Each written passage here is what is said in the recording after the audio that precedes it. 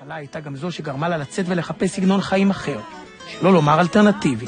הלכתי ממרפא למרפא בכל הארץ, ואז פתאום הבנתי שיש דבר אחד שהם כולם אומרים אותו דבר, לאכול 85% פירות וירקות.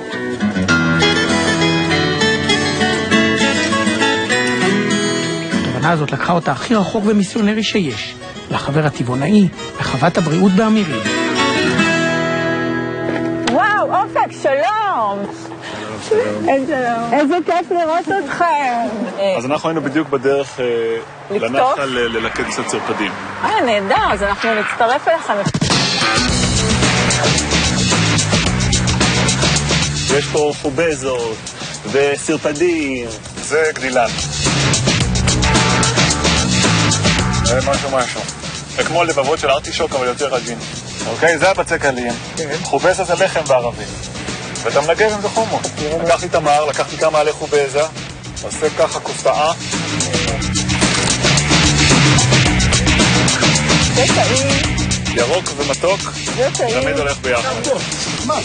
בכל מה שקשור לאורח חיים בריאותי, אופק אונבא הוא הכי הארדקור שאפשר. רק אוכלנה, רצו ישר מהאדמה לפה. 70% בממוצע מהתזונה שלי אני אוסף וכותף בעצמי. ובחזרה לאדמה.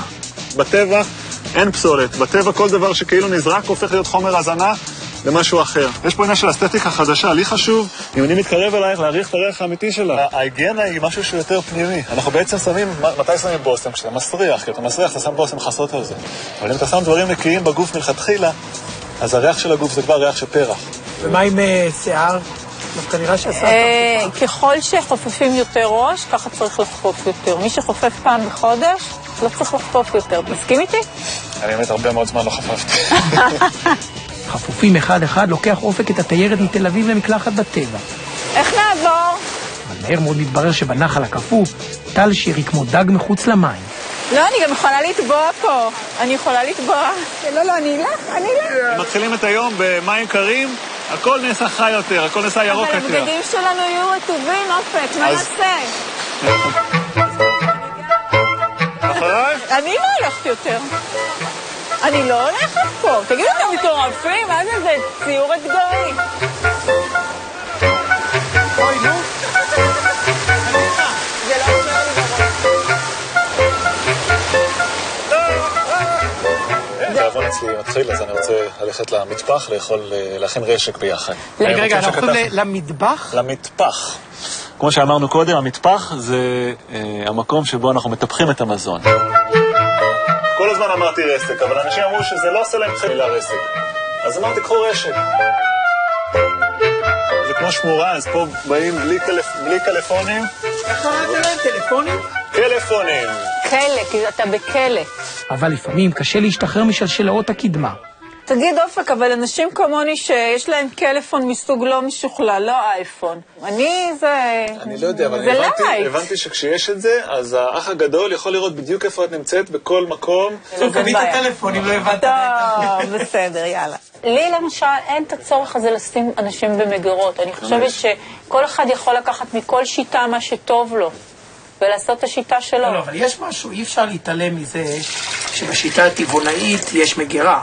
את האוכל אסור לחמם אותו, אסור לבשל אותו, זה איסור. אז מה ההבדל בין זה לבין תרי"ג מצוות?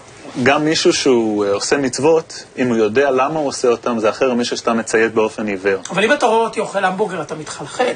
אז זה קצת דומה לדתיים שרואים... מתחלחל. אני רואה שאתה עושה דברים שמהמודעות שלי עלולים לא לעשות לך את החיים הכי נפלאים בעולם שיש היום. אז יכול להיות שיש תחושה של וואלה, חבל קצת שזה. אבל יש דברים שלדעתי חשוב מאוד לקחת עמדה. את הדרישה הזאת מפנה אונבר גם לתלמידה החרוצה. אני חושב שהיא קצת רוקדת על החתונות, שמצד אחד, דברים שכאילו, אם אני קורא אותם ומאמץ אותם אליי, אז הוא אומר, וואלה, את זה אני לא רוצה יותר בחיים שלי. אבל אחר כך היא תגיד, הכל במידה. כן, לא שחור ולבן. זה גורם לבן אדם לא ממש להיות רציני ולהתמסר לאורח החיים שלו, אז אולי זה קצת חבל. אופק, אתה חי בגטו של השיטה שלך, בעוד שאני רצה לקווי האויב ומנסה לעשות שלום. את המתח המצטבר אנחנו מנסים להפיק במעדן המקומי, שייק סרפדים. סרפד וזה יופי, וגדילן וחובזו.